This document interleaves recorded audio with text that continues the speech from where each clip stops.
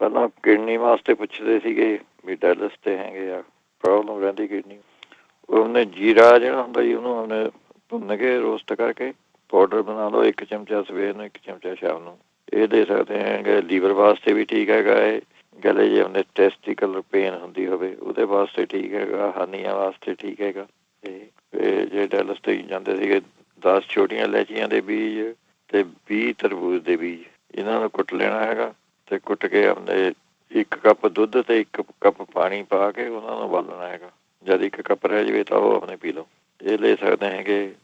ਮੁੱਲੇ ਦੇ ਪੱਤਿਆਂ ਦਾ ਉਹਨੇ ਜੂਸ ਜਿਹਾ ਕੱਢ ਕੇ ਉਹ ਪੀ ਸਕਦੇ ਹੈਗੇ। ਇਹ ਵੀ ਵਧੀਆ ਚੀਜ਼ ਹੈਗੀ। ਫਿਰ ਉਹਨੇ ਤੁਸੀਂ ਜੌਂ ਖਾਰ, ਕਲਮੀ ਸ਼ੋਰਾ ਤੇ ਪਖੜਾ, ਇਹ ਬਰਾਬਰ ਲੈ ਕੇ 3 ਚੀਜ਼ਾਂ ਅੱਧਾ ਚਮਚਾ ਇਹ ਲੈ ਸਕਦੇ ਹੈਗੇ ਤੁਸੀਂ। ਧਨੀਆ ਉਬਾਲ ਕੇ ਪੀ ਸਕਦੇ ਹੈਗੇ।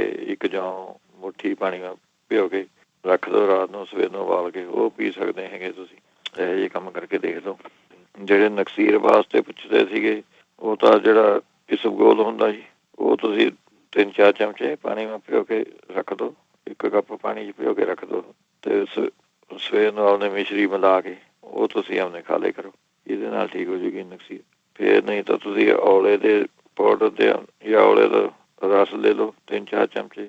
3-4 ਚਮਚੇ ਵਿੱਚ ਗੋਰਾ ਦਾ ਰਸ ਇਹ ਪਾ ਕੇ ਤੁਸੀਂ ਆਪਣੇ ਰੱਖ ਲਓ ਸ਼ੀਸ਼ੀ 'ਚ। 2-2 ਬੂੰਦਾਂ ਉਹਨੇ ਨੱਕ 'ਚ ਪਾ ਲਈਆਂ ਇਹਦੀਆਂ। ਫਿਰ ਨਹੀਂ ਫਿਰ ਤੁਸੀਂ ਔਲੇ ਦਾ ਚੂਰਨ ਲੈਣਾ ਹੈਗਾ, ਅੱਧਾ ਚਮਚਾ। ਮਲੱਠੀ ਦਾ ਚੂਰਨ ਅੱਧਾ ਚਮਚਾ। ਇਹ ਮਿਲਾ ਕੇ ਤੁਸੀਂ ਆਪਣੇ ਸਵੇਰ ਸ਼ਾਮ ਤੁਸੀਂ ਖਾ ਸਕਦੇ ਹੈਗੇ।